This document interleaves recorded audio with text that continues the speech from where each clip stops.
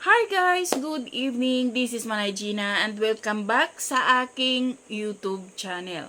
So guys, for today's video, pag-usapan natin si Andrea Brillantes kasi imagine mo, di mo akalain na yung isang Andrea Brillantes, siya pa yung number 1 sa the most beautiful faces, 100 beautiful faces. At grabe, ang galing! Pero hindi din naman maipagkakaila guys na isa si Andrea sa may pinakamagandang muka sa showbiz industry.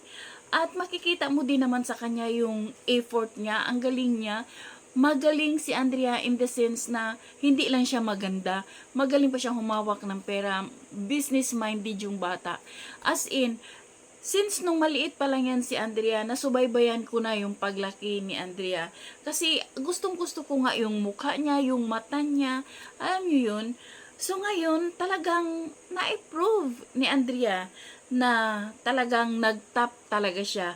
Grabe, lumi-level up si Andrea. Number 1 ba naman sa dami-daming magagandang mukha sa international, local, siya pa talaga ang naging number 1. So, ibig sabihin, talagang maganda nga talaga si Andrea kasi bakit? May nakarecognize sa kanya na talagang maganda yung mukha niya at number 1 pa.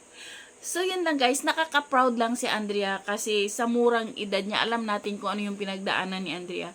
Alam natin kung ano yung mga sakripisyo ni Andrea na siyempre alam din natin na breadwinner si Andrea sa kanyang family.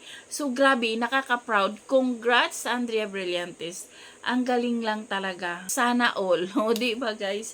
So yun lang guys. Thank you for watching. Until then, bye. God bless everyone.